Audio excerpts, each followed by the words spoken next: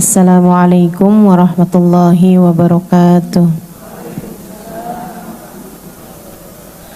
Alhamdulillah, wassalatu wassalamu ala rasulillah Muhammad ibn Abdillah wa ala alihi wa sahbihi wa man walah.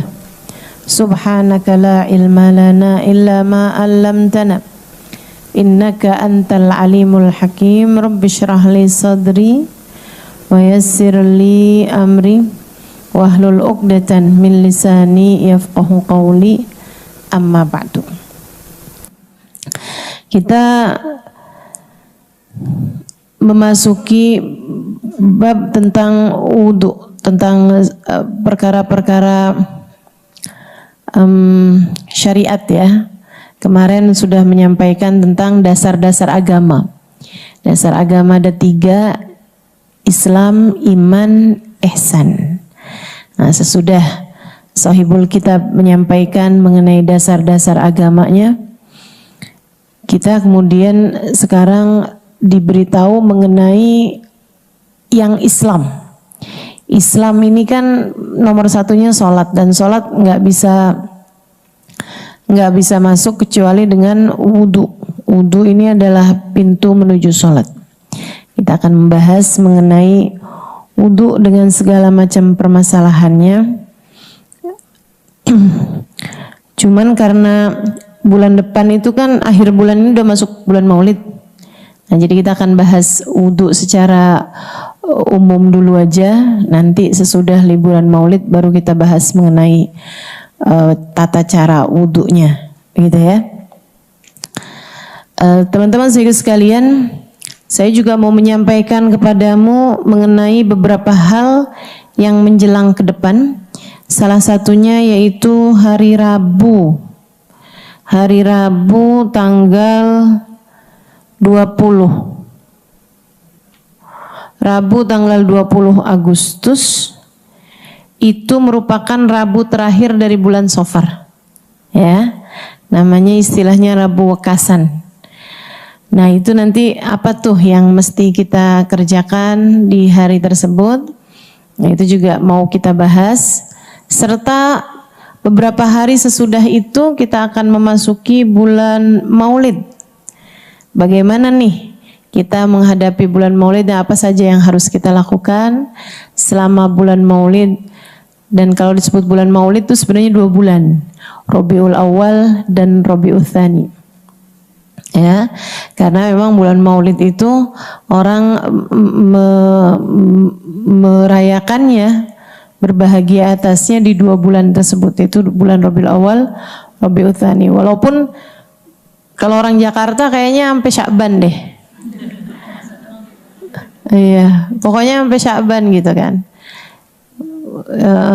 Jadwal undangan saya udah panjang tuh sampai sebelum Ramadan. Masih Maulid juga gitu kan. Yang sebenarnya sih perayaan Maulid Nabi kapan aja kalau bicara tentang perayaan. Tapi kalau apa yang mesti kita lakukan di bulan Maulid, yang dimaksud di situ adalah bulan Rabiul Awal dan Rabiul Tsani. Meskipun yang terutamanya adalah pada bulan Rabiul Awal. Biar kita tidak melewatkan atau tidak terlewati dari keberkahan bulan tersebut. Kata Habib Ali Habsyi, Rabi' aqbal alaina marhaban bir-rabi'. Rabi'una dzikruh manjahu ladallah wasi'. Rabiul Awal, selamat datang wahai Rabiul Awal. Engkau adalah bulan Rabi' yang di dalamnya kami mengingat manusia yang punya derajat tinggi di sisi Allah Subhanahu wa taala. Itu ya bulan Rabiul Awal. Cinta sama orangnya, cinta juga sama bulan kelahirannya, cinta sama segala yang berkaitan dengannya. Yuk kita nanti akan pelajari apa dan bagaimana kita semestinya di bulan Rabiul Awal dan Rabiul Tsani, insyaallah. Jadi kita ada 3 pembahasan hari ini. Kita akan langsung mulai aja dengan kita membaca suratul Fatihah serta niat belajar. Mudah-mudahan ilmu yang kita pelajari hari ini jadi ilmu yang manfaat buat kita sekalian. Jadi ilmu yang bawa keberkahan. buat kita dan buat seluruh keluarga kita. Jadi ilmu yang jadi cahaya, sebab tidak semua ilmu jadi cahaya. Ada ilmu yang hanya masuk telinga kanan, keluar telinga kiri aja. Ada juga ilmu yang disimak dengan kedua telinga, dimasukkan ke dalam pemikiran, difokuskan oleh pemikiran, kemudian diturunkan menjadi cahaya yang memandu seluruh anggota tubuh untuk bergerak berdasarkan ilmu. Ilmu yang demikian yang kita minta pada Allah Subhanahu wa taala, insyaallah ilmu yang bermanfaat, yang menerangi langkah kehidupan kita hingga kita sampai ke hadirat Allah Subhanahu wa taala dengan membawa cahaya ilmu. Amin ya rabbal alamin. Bismillahirrahmanirrahim. Nawaitu ta'allum wa ta'lim, an-naf'a wal intifa' wal mudzakarah wat tadhkir wal ifadah wal istifadah wal hitha 'ala tamassuk bi kitabillah wa sunnati rasulillah sallallahu alaihi wa alihi wasallam wa du'a ilal huda wa dilalata alal khair ibtigha'a maradati wa qurbi wa thawabi ma'al lutfi wal afiyah wa salahil akibah birahmatika ya arhamar rahimin. La hadratin Nabi Muhammad sallallahu alaihi wasallam wa alihi wa ahli baiti waslim wa jumil anbiya wal mursalin wa awliyal kauni ajma'in wa nususan sayyidina muhajirin Muhammad bin Isa fakil muqaddam Muhammad bin Ali Balawi Sayyidil Abdurrahman bin Muhammad As-Saggaf Sayyidil Abdullah bin Abu Bakar Al-Aidarus wa akhril wujud Syekh Abu Bakar bin Salim wa usulim wa furin tumina sahib ratib Alhamdulillah bin Al-Haddad Ahmad bin Zina Habshi wa Ali Mudal Habshi wa jami' sadatina ali abi alawi ajma'in thumma ila rohil Imam Al-Ghazali Muhammad bin Muhammad Al-Ghazali at-Tusi summa ila rohi Sayyidina Syekh Abdul Qadir Al-Jailani thumma ila rohi arbatil a'immatil mujtahidin wa mughalidin fiddin ulama amilin fuqaha wal muhaddisin wal qurra wal mufassirin wa sadati sufiyatil muhaqqiqin ajma'in anallahu yaflahum wa yarhamuhum wa ya'li darajatihim bil jannah wa yanfa'una barakatihim wa asrarihim wa anwarihim wa ulumihim wa nafahatihim fid din wad dunya wal akhirah. Al-Fatihah. Bismillahirrahmanirrahim. Furudul wudu' sittah.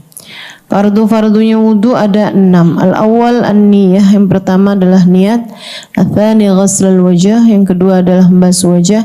Al-thalith ghaslul yadain ma'al mirfaqain, yang ketiga membasuh tangan sampai ke siku. Ar-rabi' mashu syai'in minar ra's, yang keempat adalah mengusap sebagian dari kepala. Al-khamis ghuslu rijlain ma'al ka'bain, basuh kaki sampai ke mata kaki. As-sadis at-tartib, yang keenam adalah tertib. Apa itu wudu? Al-wudu minal wada'ah bima'nal jamalah. Wudu itu dari kata-kata wada'ah yang artinya adalah keindahan. Kenapa wudu disebut wudu? Karena di dalamnya terdapat keindahan, bahwa kamu mau menghadap Allah Subhanahu wa taala harus dalam keadaan bersih, harus dalam keadaan tidak ada sesuatu yang kotor-kotor, harus baru habis kena air. Kebayang kalau misalnya wudu, sholat itu nggak pakai wudu gitu ya, mungkin ada yang ada itulah kotoran-kotoran di mata. Apa kotoran di mata namanya? Nyebutnya nggak enak ya. Begitu kan, ada kotoran-kotoran di hidung gitu ya. Nah, sementara kan kalau wudu itu kan membersihkan itu semuanya gitu. Jadi wudu dari asli kata, arti secara bahasanya adalah wada'ah bimakna jamalah, keindahan gitu. Sementara artinya secara istilah, orang kalau bilang kamu udah wudu belum? Artinya bukan kamu udah indah belum? Bukan. Artinya Bukan artinya kamu udah cakep belum gitu, bukan. Akan tapi yang dimaksud wudu secara istilah adalah ghaslu a'dha'in makhsusah biniyatin makhsusah. Membasuh anggota badan yang tertentu dengan niat yang tertentu. Anggota badan yang memang sudah digariskan, sudah diatur oleh Allah Subhanahu wa taala, kita basuh kemudian dengan niat yang tertentu. Jadi kalau nggak pakai niat nggak sah juga gitu kan. Itu definisi wudu secara arti istilah. Membasuh anggota badan yang tertentu. Nah, anggota badan yang tertentunya ini termasuk dari jenis syariat yang tidak bisa kita berkreativitas. Ada jenis-jenis syariat mahdhah, ya, syariat yang murni syariat. Itu kamu nggak diminta untuk berkreativitas sesuai dengan perasaan kamu. Ini apa tuh nggak? Tapi ada juga jenis syariat yang diaturnya cuman kamu mesti begini, silahkan atur sendiri, silahkan kreasi sendiri gitu. Emang ada ustazah? Ada. Dari sini kamu bisa ngerti mana yang disebut bid'ah, mana yang bukan. Paham ya? Pahami ini dulu. Jadi gini teman-teman, ini biar agak pinteran dikit kan. Jangan dikit ya, banyak ya. Biar pinter nih, saya kasih tahu. Syariat itu ada syariat mahdhah, ada syariat ghair mahdhah. Syariat yang mahdhah, contohnya kayak wudu. Kita nggak bisa ngarang-ngarang. Wudu itu kan yang disuruh basuh muka, tangan, kepala, kaki. Itu mungkin zamannya Nabi ya. Sekarang ini kayaknya nih orang itu banyak ngerjain dosanya itu dari perut juga. Saya mau usap perut juga dah. Gak bisa. Atau saya tuh yang banyak bikin dosa tuh di mata kayaknya. Jadi sebelum saya basuh mata, saya pakai instok dulu misalnya gitu ya. Buat terang matanya gitu. Saya masukkan bagian dari wudhu. Nah, itu gak bisa gitu. Syariat yang mahdhah, syariat yang murni. Sholat, syariat murni. Teman-teman saya sekalian, nggak bisa tuh, nggak bisa diatur-atur. Saya perlunya banyak berdiri daripada ruku daripada sujud. Jadi saya sholatnya mau banyak berdiri aja dah, gitu ya. Atau saya mau sholatnya saya banyakin aja sujudnya aja, langsung sujud aja, nggak pakai berdiri, nggak bisa gitu. Itu udah aturannya gitu ya. Itu syariat mahdhah namanya. Tapi ada syariat ghair mahdhah. Contohnya, a'udzubillahi minasyaitonirrajim. Bismillahirrahmanirrahim. Ud'uni astajib lakum. Berdoalah kalian, maka aku akan mengijabah. Doa selagi tidak berada dalam sholatmu, karena kan sholatnya kan memang udah diatur, ya kan?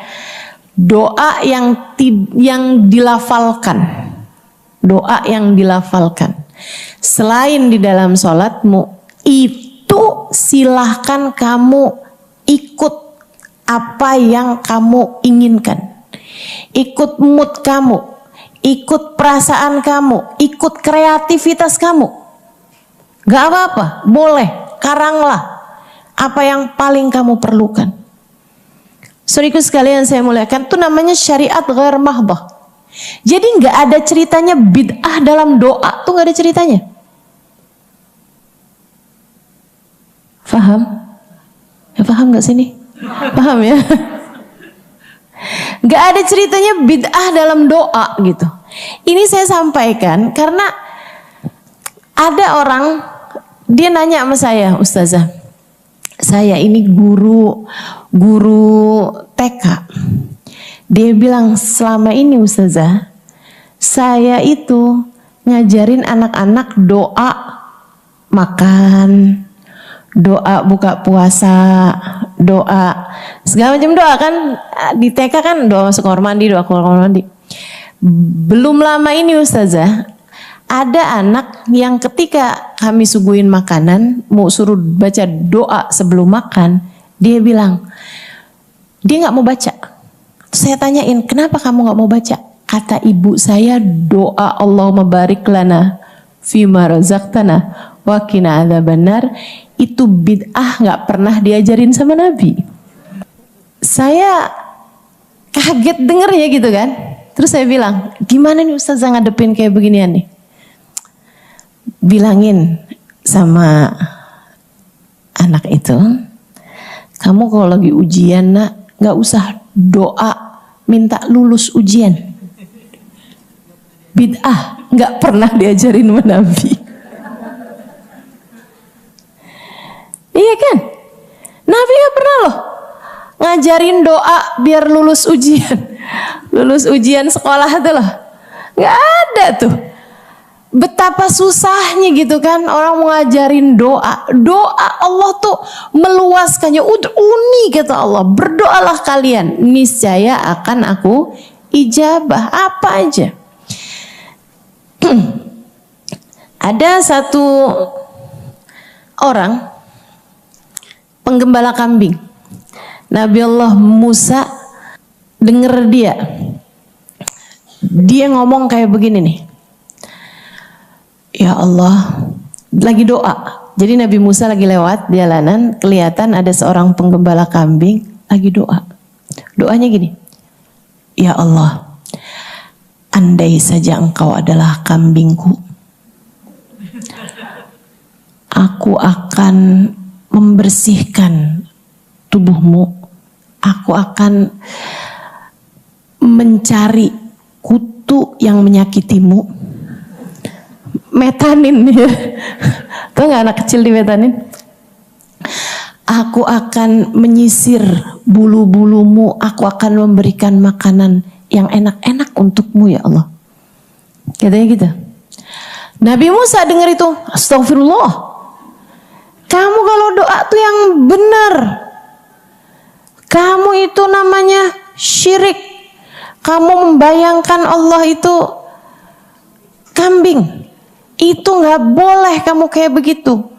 Kamu kurang ngajar sama Allah. Ini saya baca ini di kitab I'anatut Thalibin ala Syarhi Fathil Mu'in. Di bab tentang Bismillah kalau nggak salah ya, bab tentang Bismillahirrahmanirrahim. Tentang Rahman Rahimnya Allah Subhanahu wa taala. Dia sedih.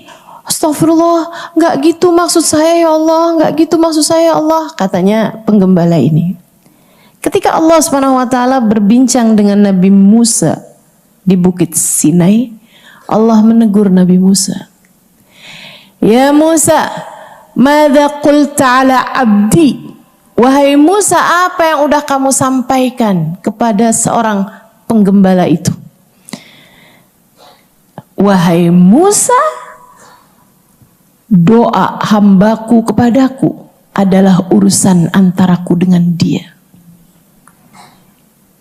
Kamu mendengarkan kata-katanya, aku yang melihat isi hatinya.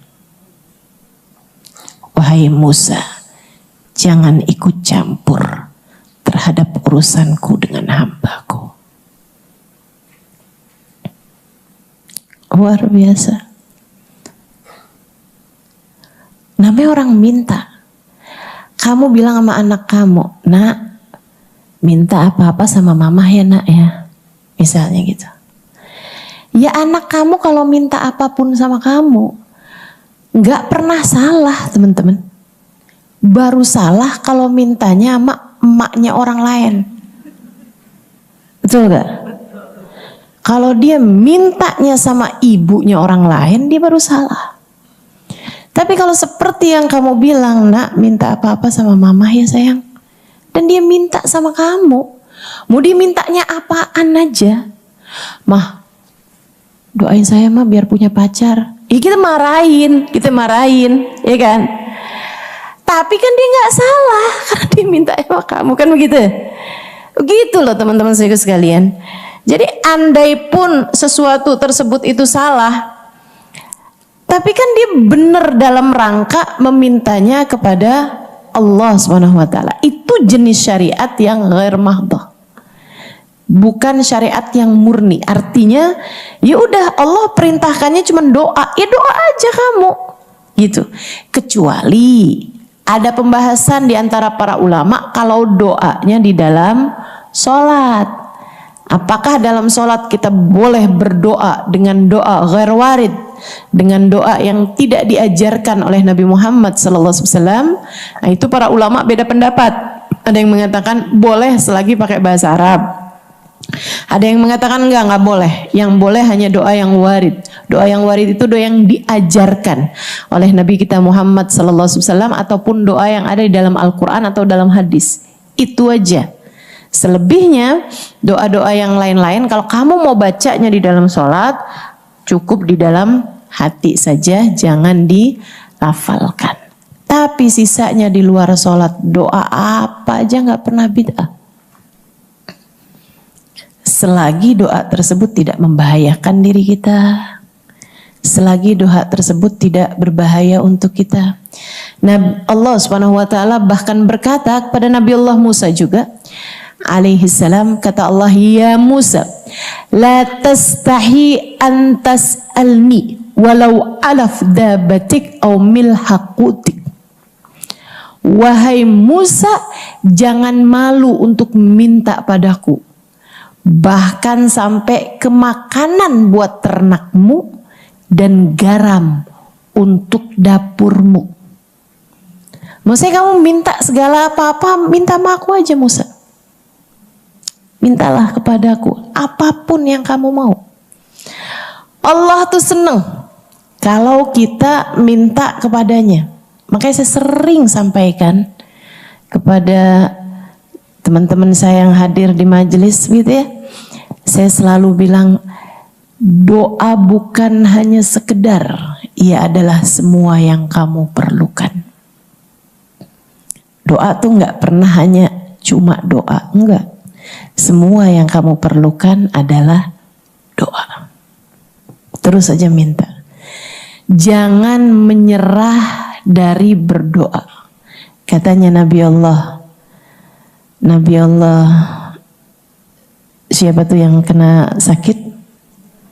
Nabi Allah Ayub alaihi salam, walan akun bidu'aika rabbi syaqiyya.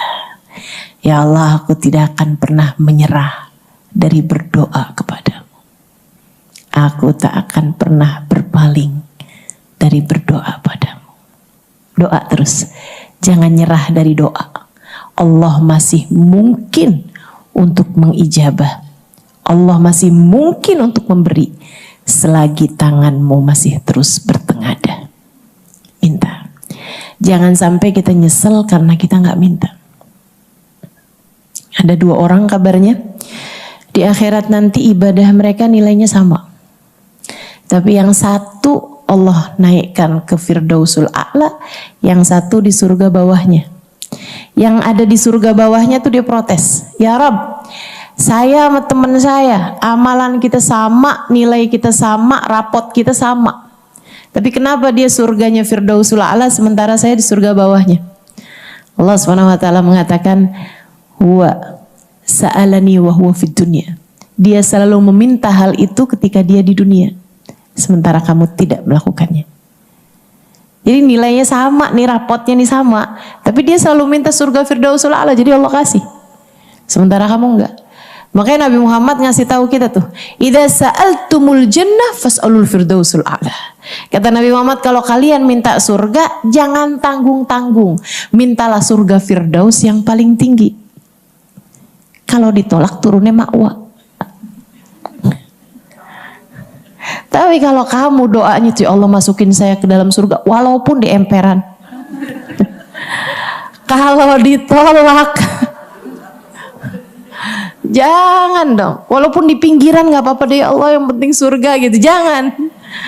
Takutnya tolak, waduh bahaya itu ya.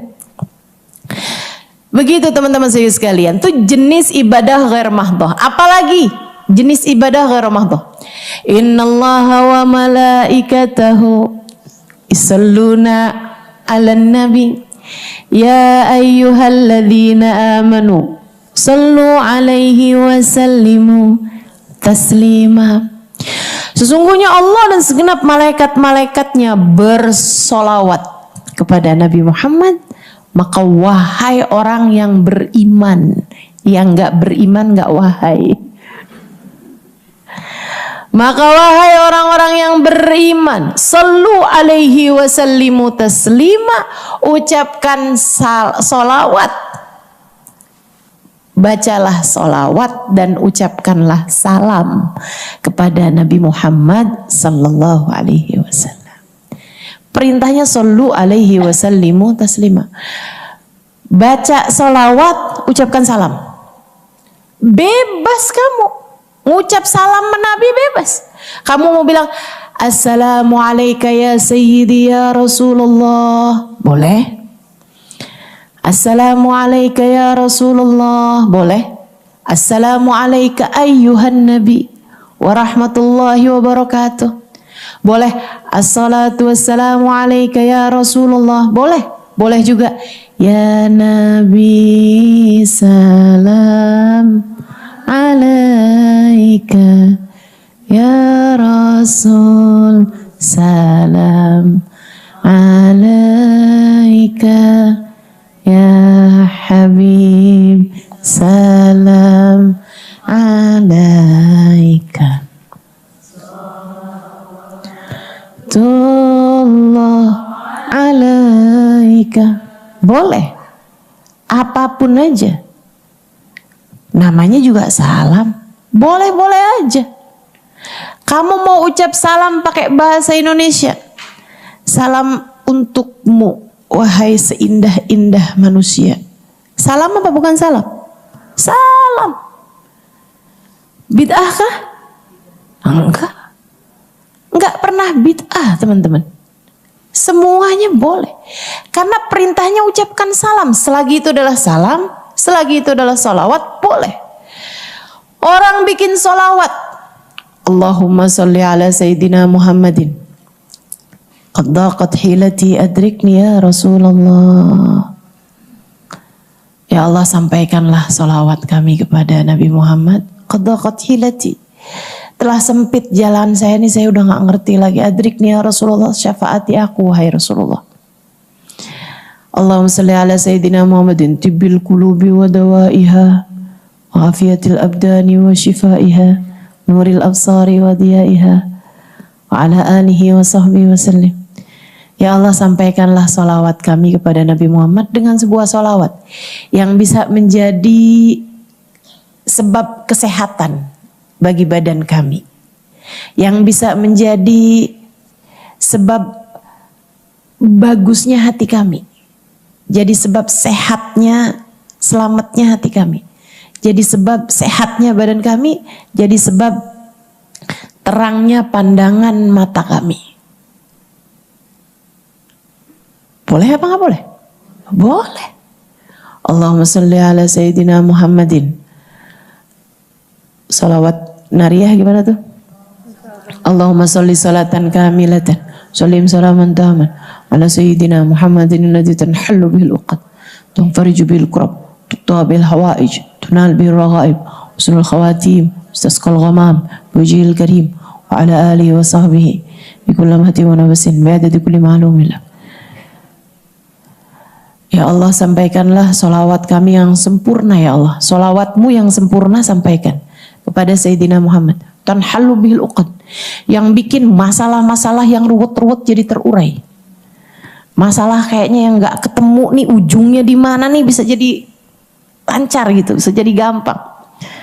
Tanfariju bihil kurab, yang sempit-sempit jadi luas.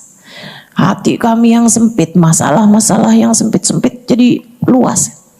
Tanfariju bihil kurab, tuqda bihil hawaij, yang dengan sebab solawat kami kepada Nabi Muhammad, hajat-hajat kami kau ijabah ya Allah. Tunal bihil raghaib, harapan-harapan kami kau beri dengan berkat solawat kami kepada Nabi Muhammad. Husnul khawatim ya Allah, agar engkau jadikan dengan sebab solawat kami kepada Nabi Muhammad, kami diberi akhir-akhir yang bagus-bagus, termasuk akhir kehidupan kita Allah karuniakan husnul khatim.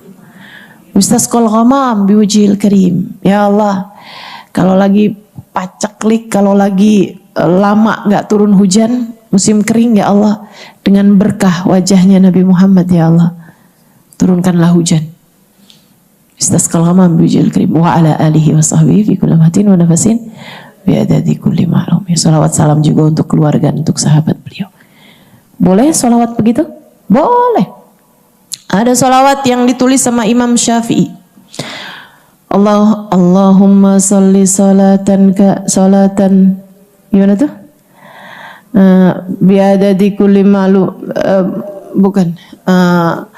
Kullama dzakaraka dzakirun wa kullama ghafala an dzikrika wa dzikrihil ghafilun.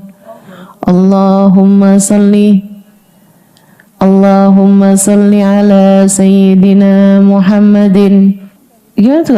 Kullama dzakaraka dzakirun wa kullama ghafala an dzikrika wa dzikrihil ghafilun. Gitu kan ya?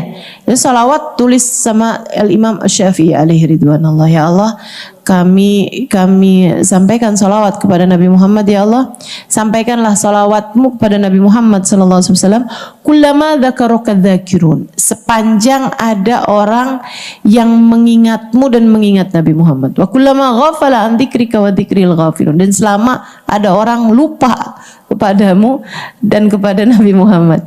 Hitunglah kami bersolawat sebanyak itu ya Allah, sebanyak bilangan orang yang ingat padamu, sebanyak bilangan orang yang lupa padamu gitu. Ya Allahumma salli afdalas salati ala as'adi makhluqatika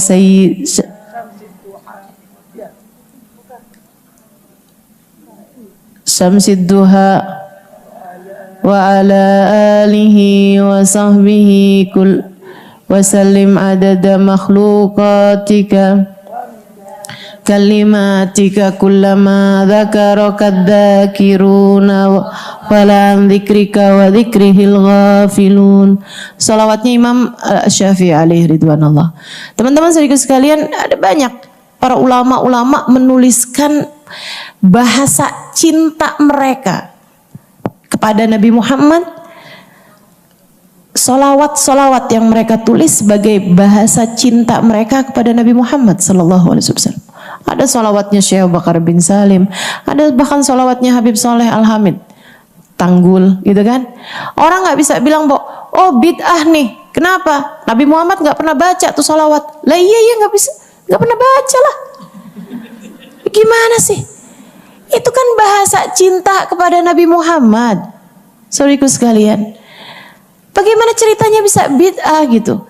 Kalau ada orang nih ceramah, kemudian ceramahnya diawali dengan maka sholawat salam kami sampaikan, kami haturkan, atau semoga tetap tercurahkan kepada junjungan kita Nabi besar Muhammad yang telah mengeluarkan kita dari kegelapan menuju terang cahaya Islam. Kan begitu tuh? Iya kan? Sholawat apa bukan sholawat itu? Sholawat. Bid'ah apa nggak bid'ah? Ayo coba. Nabi Muhammad baca apa nggak tuh kayak begitu tuh? Nabi Muhammad nggak pernah bilang kayak begitu loh. Bid'ah berarti? Nggak gitu ceritanya. Allah udah kasih perintahnya itu sallu alaihi wasallimu taslima.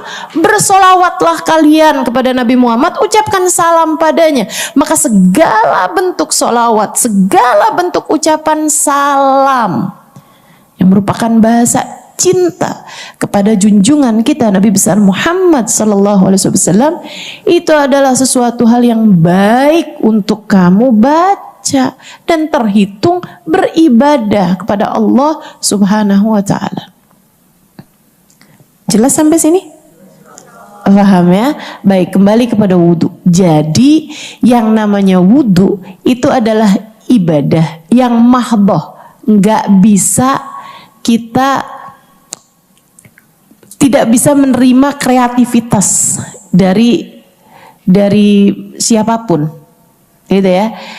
Allah ngajarin, katanya Allah Subhanahu wa taala, "Faghsilu wujuhakum wa aydiyakum ilal marafiq wamsahu bi ru'usikum wa arjulakum ilal ka'bain." Kata Allah Subhanahu wa taala, apabila kalian apabila kalian bersentuhan, idza lamastumun nisa falam tajidu ma'an fatayammamu sa'idan thayyib. Kata Allah Subhanahu wa taala, ya ayyuhalladzina amanu idza qumtum ilas shalah faghsilu wujuhakum wa aydiyakum ilal marafiq. Ya ayyuhalladzina amanu, wahai sekalian orang-orang yang beriman, idza qumtum ilas shalah, apabila kalian mau menuju kepada salat, faghsilu wujuhakum, maka basuhlah wajah kalian, kemudian tangan kalian sampai siku, kemudian usap kepala kalian, gitu ya. Kemudian basuhlah kaki kalian sampai mata kaki. Itu perintah Allah Subhanahu wa taala dalam Al-Qur'an, dan Nabi Muhammad dicontohkan wudu ini. Nabi lihat di malam pertama, di hari pertama sesudah malamnya Isra Mi'raj, besokannya Nabi Muhammad SAW didatengin malaikat Jibril. Makanya walaupun Isra Mi'raj itu terjadi di waktu malam, sholat pertama yang dilakukan oleh Nabi Muhammad itu bukan sholat subuh, bukan juga sholat isya. Karena kan malam tuh kan, mestinya kan sholat pertamanya isya. Tapi enggak, Nabi belum melaksanakan sholat isya, belum tahu caranya. Diperintahkannya kan malam. Kemudian paginya subuh Nabi juga belum sholat, belum tahu caranya, belum tahu juga waktunya apa segala macam, belum tahu. Baru Nabi Muhammad itu didatengin malaikat Jibril untuk sholat duhur. Makanya namanya duhur. Awwalus sholatin dhahara fil Islam. Sholat pertama yang tampak dalam Islam. Namanya duhur, itu artinya tampak, muncul, gitu ya. Nah, awal salatin dhahara fil Islam, salat pertama yang muncul dalam Islam, yang tampak dalam Islam, yang terlihat dalam Islam adalah salat duhur. Pagi itu salat siang itu ya, salat duhur. Nah, itu sebelum salat malaikat Jibril wudu. Nabi Muhammad lihat. Habis itu Nabi Muhammad kerjain wudunya. Habis itu Nabi Muhammad salat diimami oleh malaikat Jibril. Awal waktu duhur, malaikat Jibril datang lagi, ngajarin sholat lagi awal waktu asar, maghrib, isya, subuh. Besokannya hari kedua berarti kan, malaikat Jibril datang lagi untuk sholat duhur di akhir waktu duhur, jelang asar. Kemudian datang lagi untuk sholat asar di akhir waktu asar. Demikian pula dengan maghrib, isya, dan subuh. Malaikat Jibril kemudian mengatakan, as-shalah ma baina hatainil waqtain. Salatnya ada di antara dua waktu tersebut. Jadi salat duhur awal waktu sampai akhir waktunya jelang asar. Salat asar awal waktunya jam segitu ya, akhir waktunya jelang maghrib. Salat maghrib juga begitu sampai dengan jelang isya. Salat isya juga begitu sampai dengan jelang subuh. Tapi salat subuh enggak kemudian akhir waktunya sampai dengan jelang duhur. Enggak, tapi akhir waktunya adalah ketika terbit matahari. Begitu. Jadi yang ngajarin wudu malaikat Jibril, Nabi Muhammad lihat. Bukan kemudian Nabi Muhammad turunin nih ayat letterlek gitu kan tentang wudu, kemudian Nabi Muhammad memperkirakan oh mungkin begini, enggak. Malaikat Jibril turun. Itu namanya syariah mahdhah. Ya, syariat atau murni, ajaran yang murni, tidak bisa menerima kreativitas. Dan dari semua yang dilakukan Nabi Muhammad SAW itu wudunya nggak pernah ganti-ganti. Sama halnya dengan sholat juga Nabi nggak pernah ganti-ganti. Nggak pernah ada ceritanya Nabi sholat duhur kadang-kadang rukunya duluan, kadang-kadang sujudnya duluan gitu, nggak pernah. Nggak pernah. Selalu aja begitu Nabi sholatnya. Berdiri dulu gitu ya, baca Fatihah, baca surat, ruku, i'tidal, sujud, duduk, sujud, bangun. Selalu begitu. Dan selalu saja duhur 4 rakaat, asar 4 rakaat, subuh 3 rakaat, maghrib. Iya udah tau lah. Kan tadi duhur ke asar ya ke maghrib. Ini saking mulutnya kan suka salah-salah teman-teman. Ngomongnya banyak kan ada salahnya.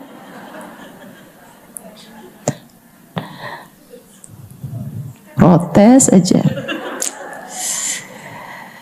Duhur, asar, maghrib, 3, isya, 4, subuh, 2. Nggak pernah berubah. Dari situ kemudian para ulama mengatakan bahwa duhur ya wajib 4, asar ya wajib 4, gitu. Gak ada ceritanya kemudian sekali-kali 4, sekali-kali 6 gitu ya, nggak pernah. Tapi ada juga sholat sunnah yang Nabi Muhammad tuh pernah 2, pernah 4, pernah 6, pernah 8. Namanya sholat duha. Nabi juga pernah. Kadang-kadang 3, kadang-kadang 5, kadang-kadang 7. Namanya sholat paling banyaknya adalah 11 rakaat. Nah itu. Jadi ya memang itu aturan-aturannya tuh. Nah Nabi sesudah ngajarin sholat ini, sholat fardunya, gak pernah tinggal sholat sunnahnya juga gitu kan. Nabi Muhammad ajarin, Nabi bilang, "Shollu kama ra'aitumuni usolli." Sholatlah kalian dengan caraku mengerjakan sholat. Termasuk wudhu juga. Nabi Muhammad mencontohkan wudhu kepada para sahabat-sahabatnya. Nabi ngajarin wudhu tuh gak kayak saya atau ulama-ulama ngajarin wudhu gitu ya. Rukun wudhu ada 6, gak gitu. Langsung praktek. Nabi begini. Nah, para sahabat lihat. Kemudian mereka Imam Syafi'i, Imam Malik gitu ya, imam-imam 4 itu merumuskannya menjadi kata-kata dengan dipisahin sama mereka. Yang wajib ke muka, tangan, kepala, kaki. Yang lain sunnah. Kok bisa begitu? Padahal kan Nabi nyontohinnya kayak gitu. Iya, karena ayatnya cuman menyebutkan 4 itu aja yang wajib. Sementara Nabi Muhammad ketika ngerjainnya pakai ada basuh telinga, pakai ada kumur-kumur, pakai ada masukin air ke hidung gitu kan. Nah dari sana mereka menyebutkan bahwa yang ini nih sunnah. Makanya ada beberapa perbedaan antara ulama-ulama, antara Imam Syafi'i, antara Imam Malik, antara Imam Abu Hanifah. Imam Malik menghukumi baca Bismillahirrahmanirrahim sebelum wudhu, hukumnya wajib. Karena Nabi Muhammad ketika mencontohkan wudhu tuh selalu Nabi Muhammad baca Bismillahirrahmanirrahim. Bahkan ada ulama yang menghukumi madmadah, masukin air ke dalam mulut ya, berkumur, sama istinsyak, itu ada yang menghukumi wajib. Salah satu dari imam-imam itu, kalau nggak salah Imam Malik juga menghukuminya wajib. Kemudian kayak membasuh kepala, menurut Imam Malik seluruh bagian kepala diusap semuanya, nggak dibasahin siram keramasan gitu, enggak. Ini maksudnya kayak usapnya tuh seluruh bagian kepala. Tapi Imam Syafi'i kan biar begini-gini aja udah cukup gitu kan, mengusap 1 aja lembar rambut, asalkan rambut di bagian kepala bukan di ujung-ujungnya sini ya, rambutnya panjang diusap-usap ujungnya doang, nah itu enggak sah. Maksudnya kalau masih di bagian kepala walaupun 1 helai rambut itu udah cukup menurut Imam Syafi'i. Jadi ada perbedaan-perbedaan. Kenapa itu ada perbedaan-perbedaan? Karena itu tadi gitu kan, karena Nabi mencontohkannya. Nah ketika mereka merumuskannya menjadi bahasa, menjadi kata-kata yang jelas untuk umat ini kan, biar pada gampang gitu fahamnya. Nah itu terjadilah beberapa perbedaan pendapat di antara para ulama-ulama kita. Wudu, teman-teman saudaraku sekalian, anggota tubuh yang wajib dibasuhnya menurut kebanyakan pendapat ulama tentu saja ya, sepakat seluruh ulama dengan kewajiban membasuh 4 anggota yang disebutkan Allah Subhanahu wa taala di dalam Al-Qur'an ini. Idza qumtum ila shalah faghsilu wujuhakum, wajah kita, aydiyakum ilal marafiq, tangan sampai siku, kemudian usap kepala kalian, kemudian basuh kaki kalian. Basuh kaki kalian sampai ke mata kaki. Ustazah, kenapa kok Imam Syafi'i menghukuminya kepala sebagian aja, tapi Imam Malik menghukumi seluruh bagian kepala? Karena Imam Syafi'i mengatakan nggak mungkin nggak ada artinya di biru usikum. Wah, ini biar tambah pinter nih.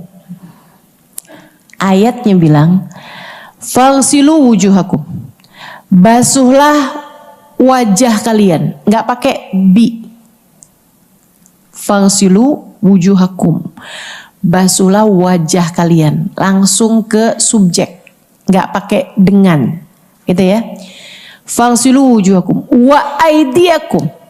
Basuhlah tangan kalian sampai ke siku.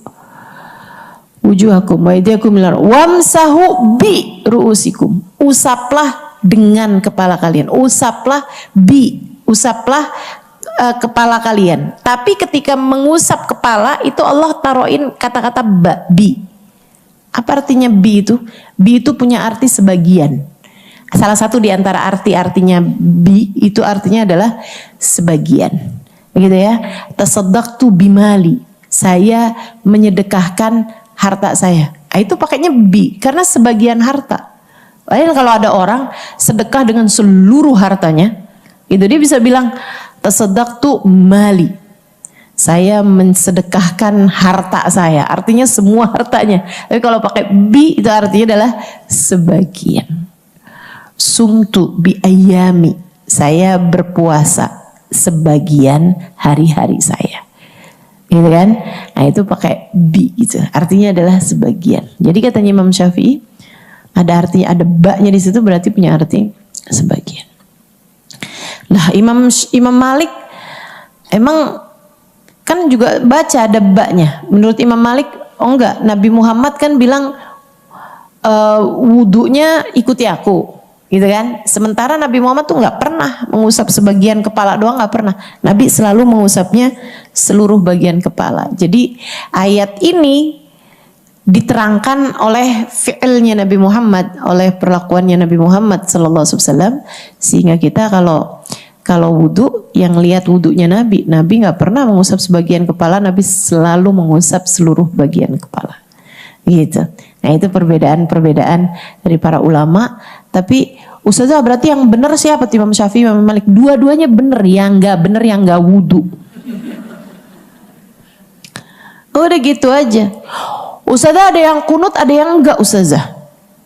Yang benar yang mana? Dua-duanya sama-sama benar. Yang nggak benar adalah yang nggak sholat subuh. Begitu.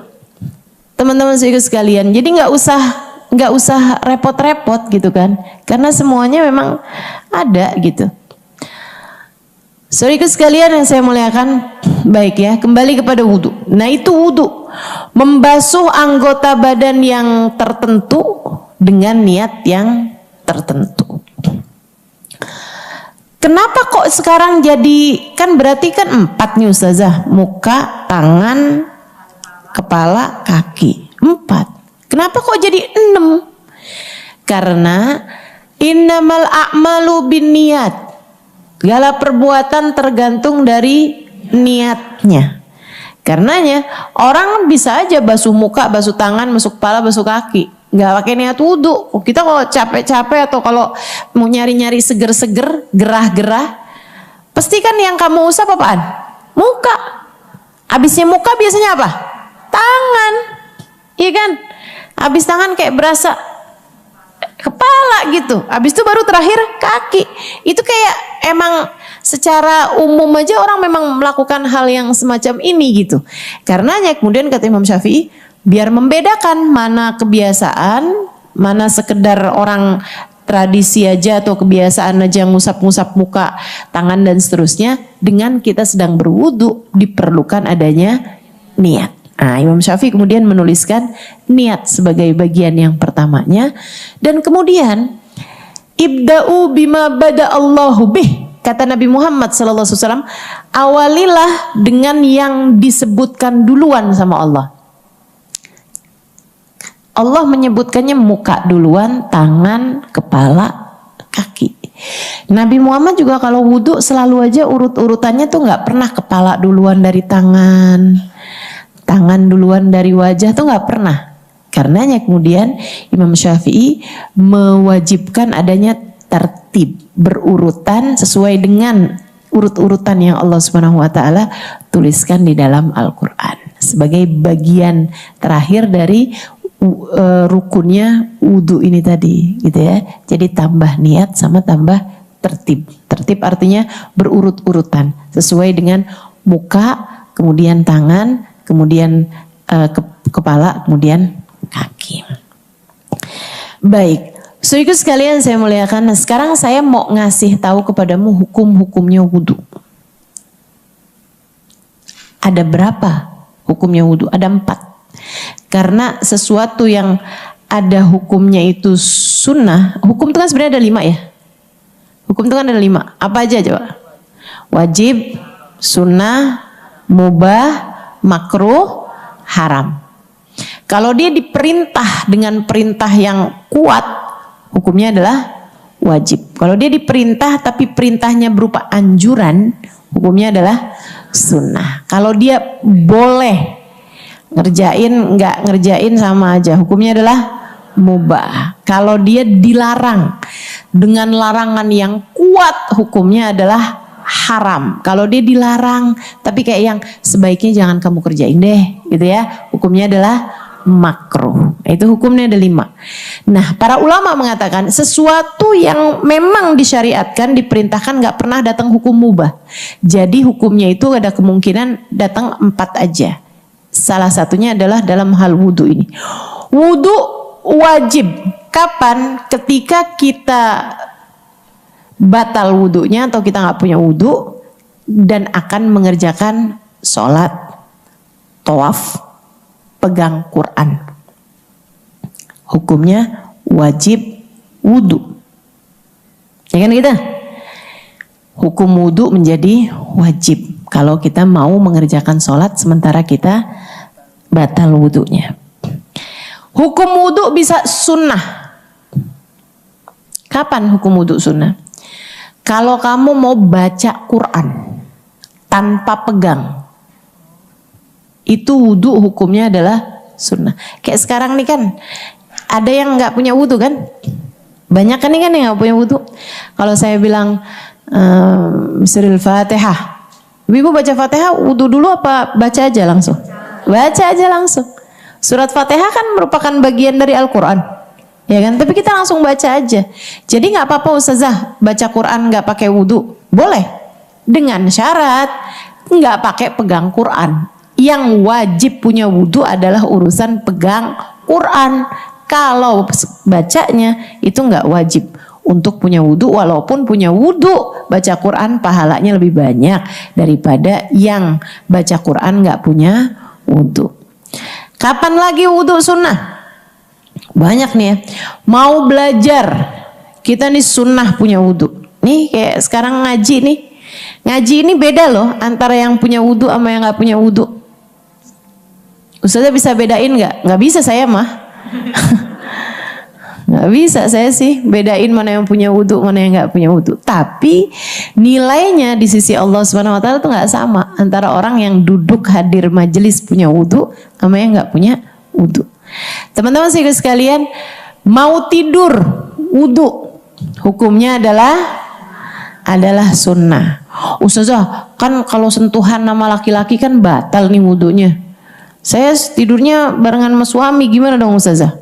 Pas saya pakai kaos kaki, kerudung, gitu ya. Suaminya pergi majelis juga. Istrinya bilang, biar ngimpinya bagus. Itu aurat gitu kan. Nggak gitu teman-teman, nggak apa-apa. Ya kita wudhu aja. Wudhu aja, kalau kemudian tersentuh ya udah nggak jadi masalah gitu. gak jadi masalah. Begitu yang pernah saya tanyakan kepada Habib Bana Umar bin Hafid. Ya, Umar bilang wudu aja, habis itu sentuhan yang gak jadi soal gitu. Seenggaknya mengikuti pendapatnya Imam Malik yang mengatakan bahwa sentuhan laki perempuan tidak membatalkan wudu kecuali dengan syahwat ya. Ya, sama suami makan gak apa-apa juga syahwat. Sedikit sekalian yang saya muliakan gitu. Jadi wudu itu juga sunnah sebelum tidur. Bahkan wudu atau punya wudu itu sunnah dalam segala keadaan. Bagus kalau kamu sering-sering punya wudu. Al wudu silahul mu'min, kata Nabi Muhammad, wudu adalah senjatanya orang yang beriman. Jadi kamu kalau keluar rumah punya wudu, itu kayak orang bepergian perang atau apa dan kamu punya senjatanya gitu. Apalagi buat laki-laki terutamanya ya, tinggal di Jakarta nih, tinggal di kota besar gitu kan, di jalan-jalanan lihat perempuan-perempuan buka-buka aurat, cakep-cakep. Mereka tentu perlu senjata lebih kuat. Makanya sarankan kepada suamimu untuk keluar rumah punya wudu. Orang punya wudu tuh lebih mudah buat terhindar dari godaan dibandingkan dengan yang gak punya wudu. Sebab hidup ini kan kayak perang nih. Dan ketika kamu punya wudu, itu kamu kayak orang punya senjata gitu. Salah satu dari wudu sunnah juga adalah ketika kamu marah. Kamu kalau lagi marah sunnah wudu teman-teman. Ini mungkin ada yang baru pernah dengar nih. Kamu kalau lagi datang emosi, kemarahan, wudu lah. Diajarin sama Nabi Muhammad SAW. Katanya Nabi, innal ghadab minas syaitan wa syaitanu minan nar wa la yutfi'un nar illal ma' fa idza ghadiba ahadukum falyatawadda. Sesungguhnya kemarahan itu dari setan. Setan itu dari api. Api nggak bisa padam kecuali dengan air. Maka apabila seseorang di antara kalian sedang dalam keadaan marah, hendaklah dia pergi wudu. Walaupun biasanya orang kalau udah lagi emosi banget lupa sama hadis Nabi. Boro-boro mau wudu ya, pengennya langsung ke dapur ambil pisau. Waduh, jangan. Hati-hati, penyesalan itu banyak sekali disebabkan karena ketidakmampuan mengendalikan emosi. Bawa penyesalan yang luar biasa. Ini kayak ibu-ibu nih, mukul anak, jewer anak, habis itu nyesel apa enggak? Nyesel pasti nyesel. Ibu-ibu juga nih habis ngomong kasar sama suami, bentak-bentak suami, habis itu nyesel apa enggak? Nyesel. Ustazah tahu lah. Berdasar pengalaman pribadi. Habis itu nyesel, ya Allah. Kasian banget tuh orang. Saya marah-marahin malah saya bawa ayat, bawa hadis. Nasib punya suami ustazah. Punya istri. Nasib ya punya istri ustazah. Dia marah biasa aja gitu. Kamu tuh Halimah kenapa sih begini begitu? Wah, saya jawabinnya pakai hadis, pakai ayat, ya Allah. Kasian nasib suami saya. Teman-teman sekalian, biar nggak banyak nyeselnya nih, kita ikutin aturannya Nabi Muhammad SAW. Nggak ada yang lebih bagus ngatur hidup kita daripada Allah Subhanahu Wa Taala. Ajarannya disampaikan lewat Nabi Muhammad Sallallahu Alaihi Wasallam. Ikutin, cobain teman-teman. Kamu lagi emosi gitu sama anak, rasanya pengen gitu, wudu. Cobain. Ustazah tahu. Saya sering ngamalin ini. Udah lagi hati datang gak enak perasaan gitu kan, kayak mau marah gitu ketika ada sesuatu hal terjadi tidak sesuai dengan ingin kita, padahal kita udah pesan-pesan tolong ya gitu kan, atau kerjain ya ini, ternyata sesuatu tersebut terjadi tidak sesuai dengan apa yang kita inginkan. Itu kan kita emosi tuh. Nah kalau kayak begitu, daripada kamu keluar kata-kata yang gak bagus, daripada kamu ngetik dengan penuh emosi, kamu kirim WhatsApp-nya, habis itu kamu baca lagi nyesel, pengen kamu hapus tapi udah dibaca sama dia. Aduh. Ini yang ketawa pernah kejadian nih, yakin saya. Nyesel kan kamu. Kalau kayak gitu gimana tuh? Itu sering kayak begitu tuh karena kamu nggak ngamalin hadisnya Nabi Muhammad SAW. Ama Nabi dikasih tahu, kamu kalau marah wudu kata Nabi. Liatin tuh, wudu. Ulama mengatakan, ini ada dalam kitab Anatut Talibin ala syarhi Fathil Mu'in. Teman-teman saya sekalian, para ulama mengatakan kalau wudu nggak mempan buat kamu, mandi. Siram. Kalau mandi juga nggak mempan buat kamu, berendam aja dulu. Gak punya batap ustazah ya, di ember kek. Berendam biar adem gitu. Emang bener teman-teman saya sekalian, bener deh pokoknya. Liatin aja, rasain. Emang bener-bener yang namanya kemarahan tuh dari setan. Begitu kamu wuduin, jauh lebih adem, jauh lebih tenang, jauh lebih adem, jauh lebih, iya ya, nggak segitunya juga kok salahnya. Emang salah, tapi maksudnya nggak segitunya juga. Nggak harus sampai kamu pukulin, nggak harus sampai kamu kata-katain kalimat-kalimat yang melukai hatinya. Kesian, daripada nanti banyak menyesalmu dan bawa keburukan-keburukan dalam diri orang yang kamu marahin. Lebih baik kendalikan kemarahanmu, salah satunya adalah dengan wudu. Syahwat juga seperti itu. Terlalu punya banyak keinginan, pengen ini, pengen itu, pengen ini, pengen itu. Jadi saya sarankan nih, teman-teman buka Shopee, scroll.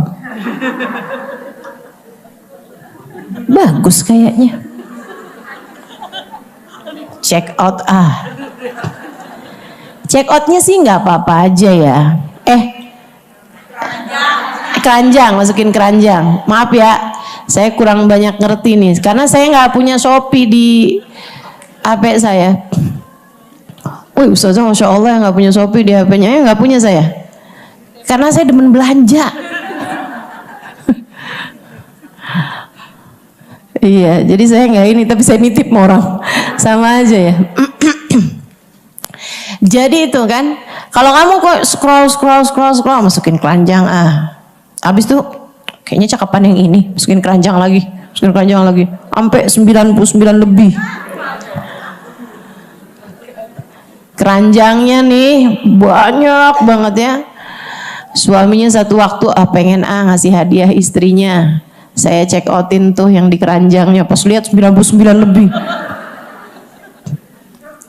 Gak jadi deh suaminya.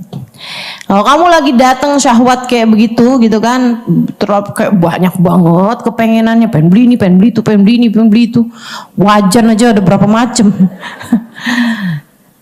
La ilaha illallah. Teman-teman saya sekalian, gimana nih? Coba tuh, seringin wudu. Lagi check out, lagi keranjang, wudu. Ulangin lagi. Kayak ini kurang bagus, gitu. Jadi memang wudu itu silahul mukmin, senjatanya orang beriman. Salah satu dari fadilahnya wudu yang sangat besar adalah bahwa orang kalau dalam keadaan punya wudu itu ada malaikat rahmat mengiringinya. Sehingga kalau dia meninggal dunia dalam keadaan punya wudu, sangat mungkin, kemungkinannya besar untuk meninggal dalam keadaan husnul khatimah. Jadi usahakan. Para ulama banyak di antara mereka yang enggak batal wudhu kecuali sesudah menemukan air untuk wudhu kembali. Padahal ini zaman dulu ya. Zaman dulu aja udah banyak, maksudnya kebanyakan ulama kayak begitu dari zaman dulu. Zaman sekarang kan air banyak melimpah di mana-mana. Apalagi gitu zaman sekarang. Wah, teman-teman saya di Tarim apalagi guru-guru kita ya. Itu kalau waktunya sholat gitu kan, mereka sholat tuh nggak pakai mikir, oh saya nggak punya wudhu nih, nggak ada. Semuanya pada punya wudhu semua gitu. Orang baca zikir, baca apa segala macam, semua orang dalam keadaan punya wudhu.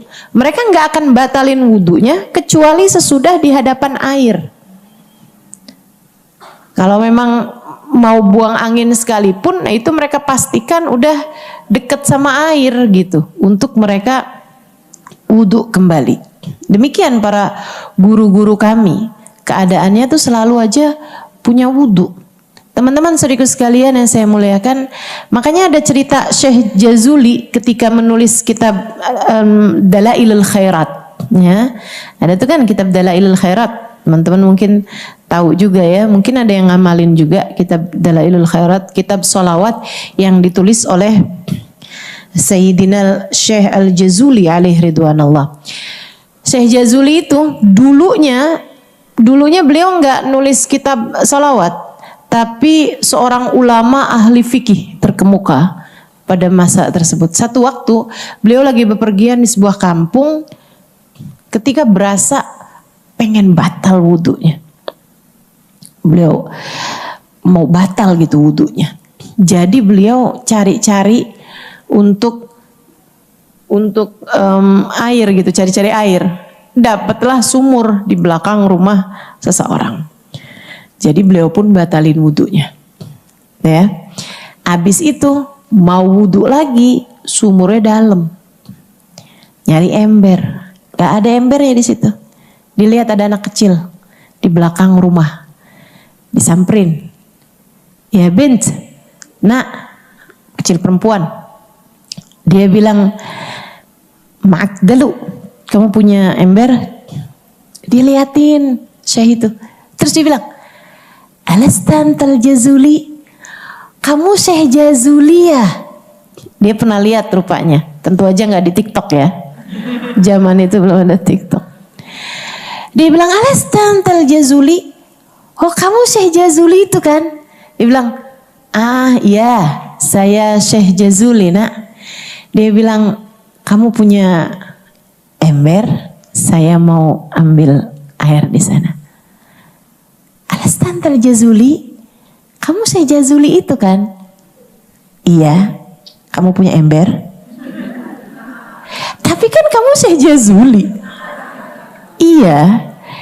Naam anal Jazuli wa nahtaj ila dalu. Iya, saya Syekh Jazuli dan saya perlu ember.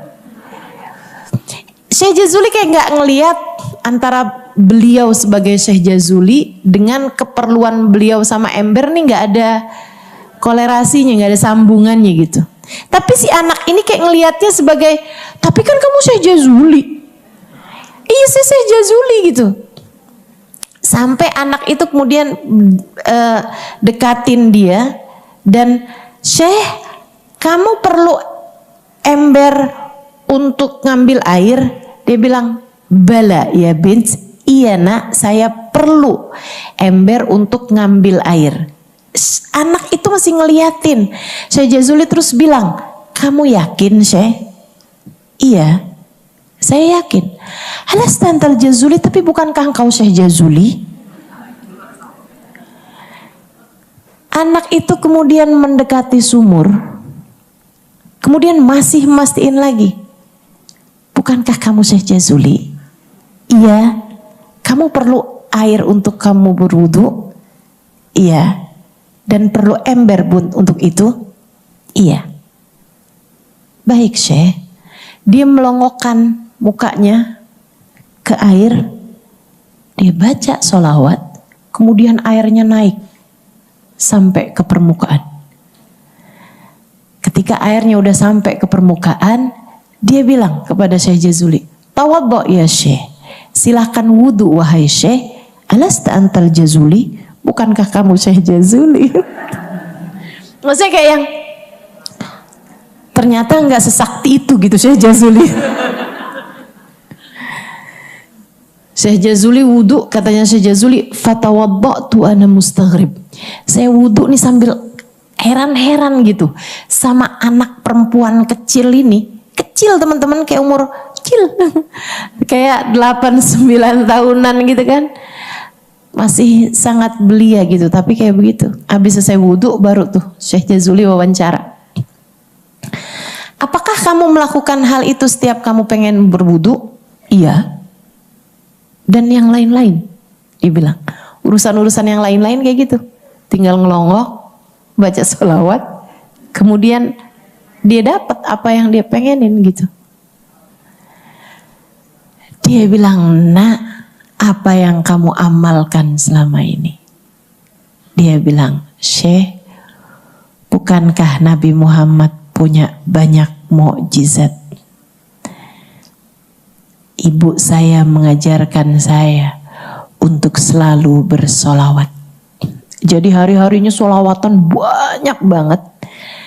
Dan karena ya itu mungkin ya kedekatannya dengan Nabi Muhammad SAW, sampai Allah Subhanahu Wa Taala membuat semua doanya diijabah gitu.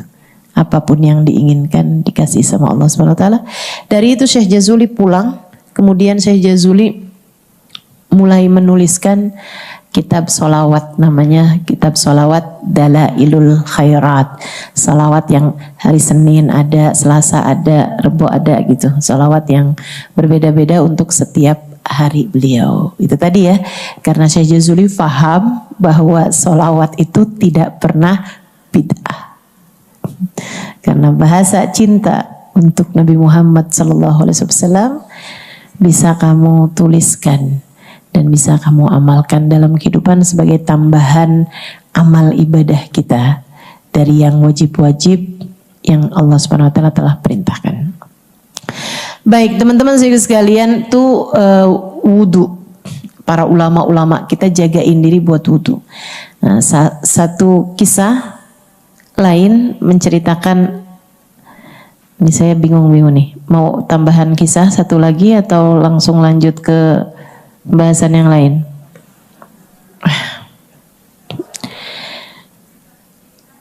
Oke. Emak-emak di mana-mana sama aja ya. Senangnya diceritain. Saudaraku sekalian yang saya muliakan, Abul Hasan Asy-Syadzili. Nah, tadi Syekh Sya'roni, sekarang kita mau cerita tentang Abul Hasan Asy-Syadzili. Itu adalah seorang ulama terkemuka, ya, pemimpin Thariqah Syadziliyah, pemimpin Thariqah Syadziliyah. Zikiran-zikiran yang banyak juga diambil oleh para habaib-habaib kita juga. Salah satunya adalah zikir beliau namanya Hizbul Bahar lil Imam Abul Hasan Asy-Syadzili alaihi ridwanullah. Beliau ini selain adalah seorang ulama yang sangat terkemuka, beliau juga seorang ahli kimia. Ini keren nih. Sehingga dapat julukan alkemis, ya, seorang ahli kimia pada zaman beliau. Ada seorang pemuda, dia belajar kimia sampai kemudian ada seseorang bilang sama dia bahwa kalau kamu belajar kimia mendalam, lama-lama kamu bisa mengubah sesuatu menjadi emas.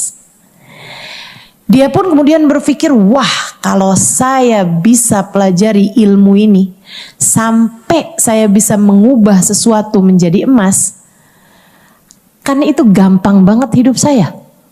Saya tinggal ubah aja. Saya masukin zat ini sampai akhirnya bisa jadi emas. Kaya raya saya. Saya nggak usah kerja lagi, saya nggak usah ngapa-ngapain lagi, dan apa yang saya miliki ilmu tersebut itu bisa saya patenkan menjadi ilmu yang bermanfaat buat umat manusia. Dia lupa bahwa emas itu mahal karena susah didapat. Kalau sesuatu jadi gampang didapat, jadi murah harganya. Walhasil dia pun kemudian pergi dari satu guru kimia ke guru kimia yang lain, pergi dari satu ilmuwan ke ilmuwan yang lain untuk dia belajar mengubah sesuatu menjadi emas, dan dia tidak berhasil menemukannya. Sampai kemudian dia mendengar ada seseorang yang bisa mengubah sesuatu menjadi emas, yaitu Syekh Abdul Hasan Asy-Syadzili alaihi ridwanullah. Maka beliau pun datang ke sana. Punya pesantren ya Syekh Abdul Hasan Asy-Syadzili ini. Dia datang ke Syekh Abdul Hasan Asy-Syadzili. Dia bilang, ya Syekh, ini ya bayangin ya, ada orang datang ke pondok pesantren. Dia bilang, Syekh, saya datang ke sini bukan mau mondok. Terus kamu datang ke sini membuat apa? Ditemuin sama kiainya nih. Dia bilang, saya datang ke sini Syekh, mau belajar mengubah sesuatu menjadi emas. Itu kalau saya bayangin nih, kalau kiai sekarang gitu kan, ya nak, dunia ini bukan tujuan nak. Kalau kamu tujuannya pengen begitu silahkan, jangan datangnya ke pondok pesantren begitu kan. Tapi ulama-ulama kita itu hatinya memang luas, hatinya penuh rahmat. Jadi dia bilang, oh boleh kalau gitu, silahkan tinggal di sini. Tapi kan nggak ada yang gratis ya nak ya. Kamu belajar di sini, saya janji akan ngajarin kamu mengubah sesuatu jadi emas, dengan syarat kamu tinggal di pesantren sini 1 tahun. Gak pakai pulang 1 tahun. Tahun depan, mulai dari hari ini, tahun depan persis, kayak tanggal sekarang, saya akan mengajari kamu ilmu mengubah sesuatu menjadi emas. Dengan 2 syarat. Apa itu Syekh? 1, kamu harus sholat berjamaah dengan saya di masjid. Pokoknya jamaah terus tuh di masjid, dan tidak tertinggal takbiratul ihramnya imam. Itu 1. Ama yang kedua, kamu harus selalu berada dalam keadaan punya wudhu. Tiap kali batal, kamu harus segera wudhu kembali. 2 syarat itu aja. Sisanya yang lain, kamu gak usah tahajud kalau kamu gak mau. Gak usah ngafalin Al-Quran kalau kamu gak mau. Kamu gak usah ngafalin hadisnya Nabi. Kamu gak usah duduk belajar sekolah ini apa segala macam kayak yang lain-lain. Kan peraturannya santri kan panjang biasanya tuh. Mesti hadir ini, hadir itu, hadir ini, hadir itu. Kamu gak usah hadir semuanya. 2 itu aja. Selama 1 tahun. Kamu punya wudhu, gak batal. Sama yang keduanya, kamu harus selalu sholat berjamaah, gak tertinggal dari takbiratul ihramnya imam. Siap Syekh. Anaknya sungguh-sungguh. Jadi akhirnya dia pun mulai melaksanakan. Sehari, 2 hari, 3 hari, 4 hari, 10 hari, 20 hari, sebulan, 2 bulan, 3 bulan. Teman-teman, dia gak tahu bahwasanya Nabi Muhammad pernah mengatakan, man sallal subuh fi jamaah wa isya fi jamaah, man salla fi jamaah arba'ina yawman. Siapa yang sholat berjamaah selama 40 hari, wa adrak fiha takbirat ihramil imam, dan mendapati takbiratul ihramnya imam 40 hari, gak usah setahun, 40 hari sholat berjamaah, dapat dari awal sholat, gak masbuk gitu, gak ketinggalan serokaat 2 rakaat gitu ya, enggak, tapi dapat dari takbiratul ihramnya imam. Artinya saat qomat dia udah ada di situ gitu. Kutibalahu bara'atan, Allah akan kasih dia stempel 2 pembebasan, dapat 2 tiket bebas. Bebas dari apa? Bara'ah minan nifaq wa bara'ah minan nar. Bebas kemunafikan dan bebas api neraka. Sayanya bilang, kamu nak 1 tahun gak usah ngerjain apa-apa, sholat jamaah dan dapat dari takbiratul ihramnya imam. Begitu lewat 40 hari, ini kan Allah kasih indah 2 pembebasan. Dari dua pembebasan itu, hatinya udah diselamatkan dari kemunafikan. Sehingga akhirnya dia pun jadi orang yang jujur dalam berbicara, jagain amanah, cahaya iman masuk dalam hatinya. Mulai dia tertarik, pengen ikutan duduk di majelis. Dia pun duduk, mulai belajar, hadir, seneng, tertarik. Wah, ternyata ilmu Islam luar biasa. Belajarin wudhu, belajarin sholat, belajarin nikmatnya zikir, belajarin sholawat, belajarin ikutan zikir, ikutan ina itu segala macam. Sebulan, 2 bulan, 3 bulan, 4 bulan, 5 bulan, 6 bulan. Dan dia selalu berada dalam keadaan punya wudhu. Artinya selalu ada malaikat rahmat yang mengiringinya kemanapun dia pergi. Jadi seseorang yang terjaga karena dia selalu punya senjata menghadapi berbagai macam godaan-godaan. 6 bulan, 7 bulan, 8 bulan, 9 bulan, 10 bulan. Mulai itu tambah soleh, tambah soleh, tambah soleh, tambah soleh, tambah soleh. 10 bulan, 11 bulan, 12 bulan. Dia lupa tuh sama tujuannya dia. Mau bisa mengubah sesuatu jadi emas. Hatinya sudah terisi dengan keinginan saya yang terbesar adalah selamat dunia hingga akhirat. Jika kau tanya apa cita-citaku, cita-citaku adalah meraih cintanya. Cinta Allah, cinta Rasulullah. Udah di hatinya. Satu hari, besoknya mau tanggal yang persis sama dengan kedatangannya. Pas banget setahun. Hari itu, saat maghrib tiba, adzan, mules perutnya. Mau gak mau kan, dia pun harus segera, nih udah di masjid nih dia. Udah di masjid sebelum adzan, ya karena kan persyaratan gurunya tuh, dan dia juga udah jadi kebiasaan, udah jadi nggak enak kalau nggak ngerjain gitu, bukan karena terpaksa, mungkin awalnya iya, tapi lama kelamaan, taat tuh narik taat teman-teman, orang seneng taat, tambah seneng taat, tambah seneng taat, tambah seneng taat, jadikan taat itu kebiasaan, walaupun kamu semula melakukannya dengan terpaksa, lama-lama Allah bisa. Karena biasa. Jadi gak enak kalau gak dikerjain.